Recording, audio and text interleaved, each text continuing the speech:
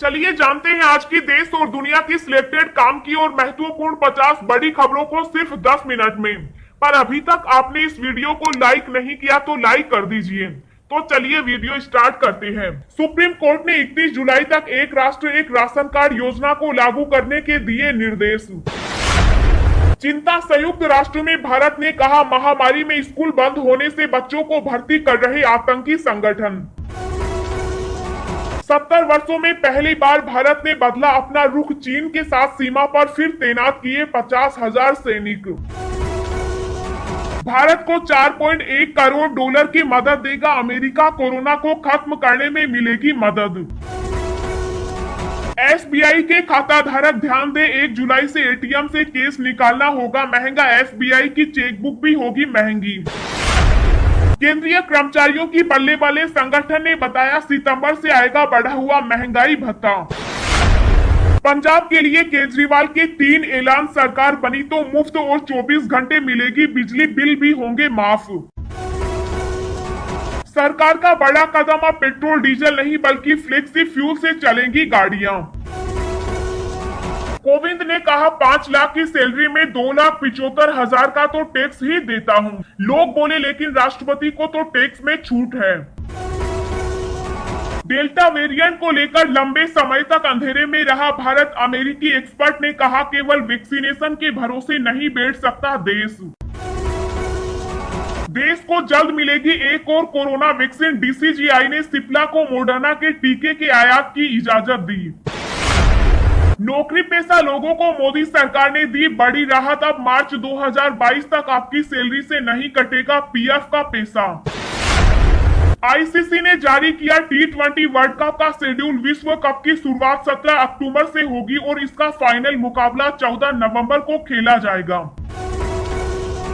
Pfizer और Moderna vaccine को मिलाने पर बन रही संजीवनी बूटी, अब हो जाएगी महामारी की छुट्टी। 4 धाम यात्रा हाईकोर्ट की रोक के बावजूद उत्तराखंड सरकार की नई गाइडलाइंस, 1 जुलाई से शुरू होगी यात्रा। Central Vista project, supreme court ने दिल्ली हाईकोर्ट के आदेश के खिलाफ दायर याचिका खारिज की। मुंबई का समंदर अब उगलेगा मीठा पानी, इजराइल से करार कर चमत्कार करने की तैयारी में बीएमसी।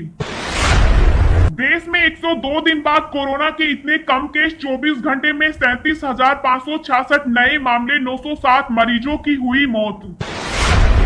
दोनों डोज के बीच 10 महीने का हो अंतर तो ज्यादा कारगर होगी कोविशील्ड, नई स्टडी में खुलासा। सरकार को दिमागी बुखार दवाई देकर 3 साल में ठीक कर देंगे, डिबेट में मोदी सरकार पर भड़के राकेश टिकैत।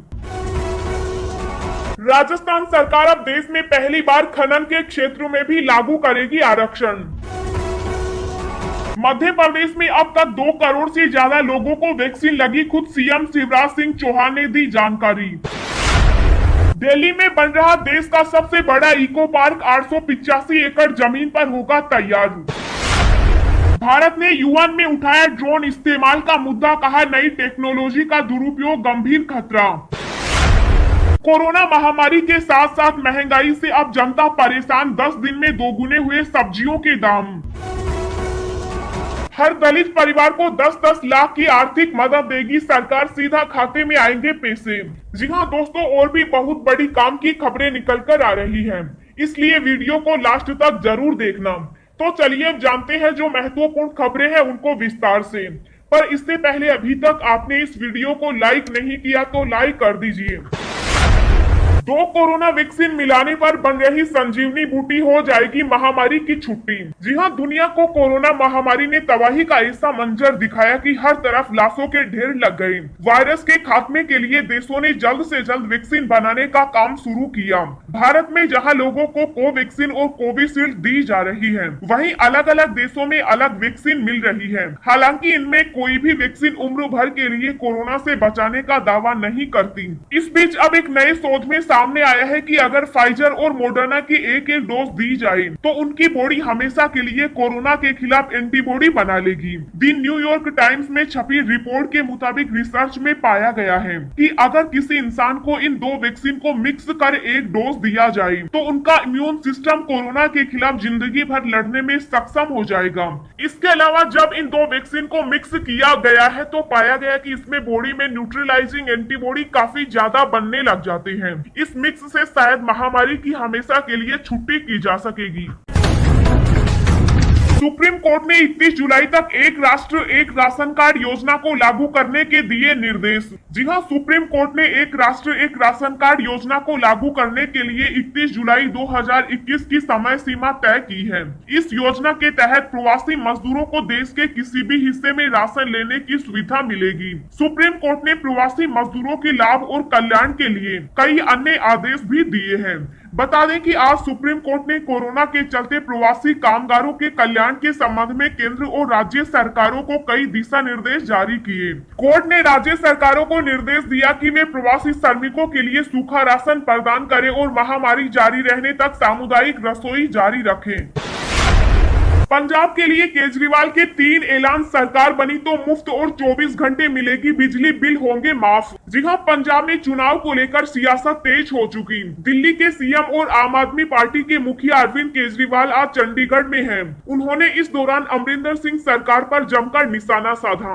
उन्होंने पंजाब के लिए 3 बड़े ऐलान किए। अरविंद केजरीवाल ने कहा कि अगर हमारी सरकार बनी तो राज्य में हर परिवार को 300 यूनिट तक मुफ्त बिजली दी जाएगी। उन्होंने कहा कि 24 घंटे बिजली आएगी, बिल नहीं आएगा। इसके अलावा उन्होंने पुराने सारे बिजली बिल के माफ करने की भी बात कही। केजरीवाल ने कहा कि सरकार बनते ही पहला काम 300 यूनिट बिजली माफ करने का होगा।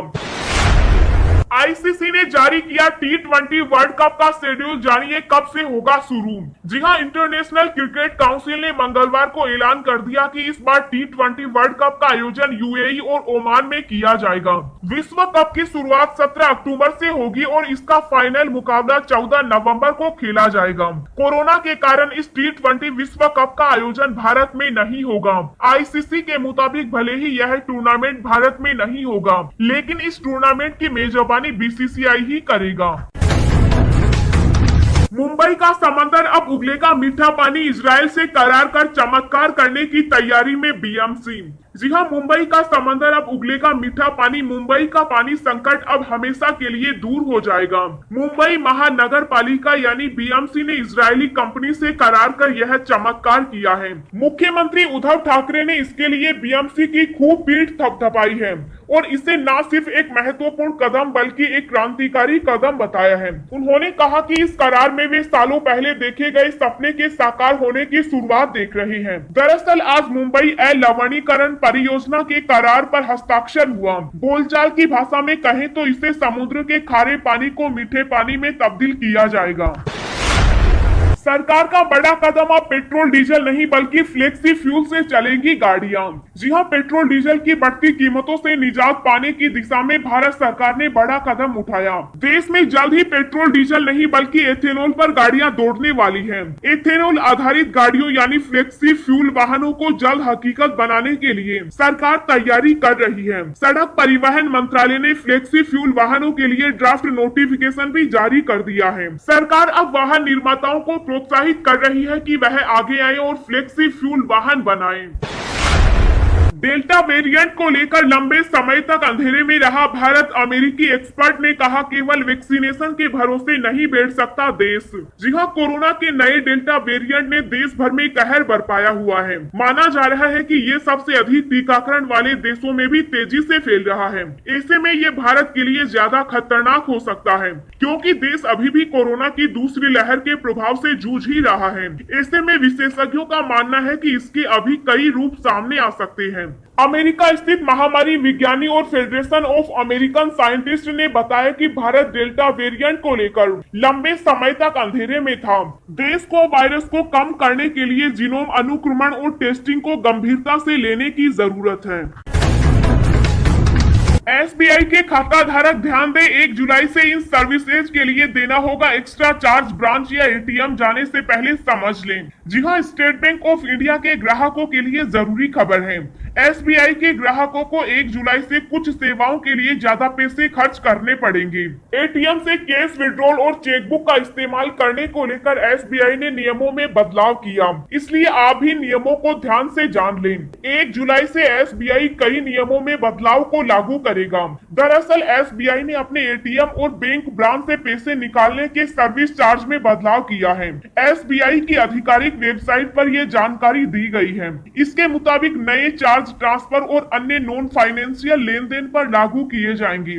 बैंकों के अनुसार नए सर्विस चार्ज 1 जुलाई 2021 से SBI basic savings bank deposit खाता धारकों पर लागू होंगे। स्टेट बैंक ऑफ इंडिया ने अपने एटीएम और बैंक सर्विस के नियमों में कुछ बदलाव किए हैं। एसबीआई ग्राहकों को बैंक से 4 बार से ज्यादा पैसा निकालने पर अतिरिक्त चार्ज देना होगा, जिसमें बैंक के एटीएम भी शामिल है। 4 बार पैसा निकालने के बाद हर ट्रांजैक्शन पर आपको 15 रुपए और जीएसटी जोड़कर शुल्क देना होगा। एसबीआई बीएसबीडी खाता धारकों को एक वित्त वर्ष में 10 चेक लीफ फ्री दी जाएगी, लेकिन नए नियमों के मुताबिक अगली 10 लीफ के लिए 40 रुपए प्लस जीएसटी चार्ज किया जाएगा। वहीं 25 चेक वाली चेकबुक पर 75 रुपए चार्ज किया जाएगा। इमरजेंसी चेकबुक पर 50 रुपए और जीएसटी चार्ज देना होगा। हालांकि वरिष्ठ नागरिकों को चेकबुक पर नए सेवा शुल्क से छूट दी जाएगी।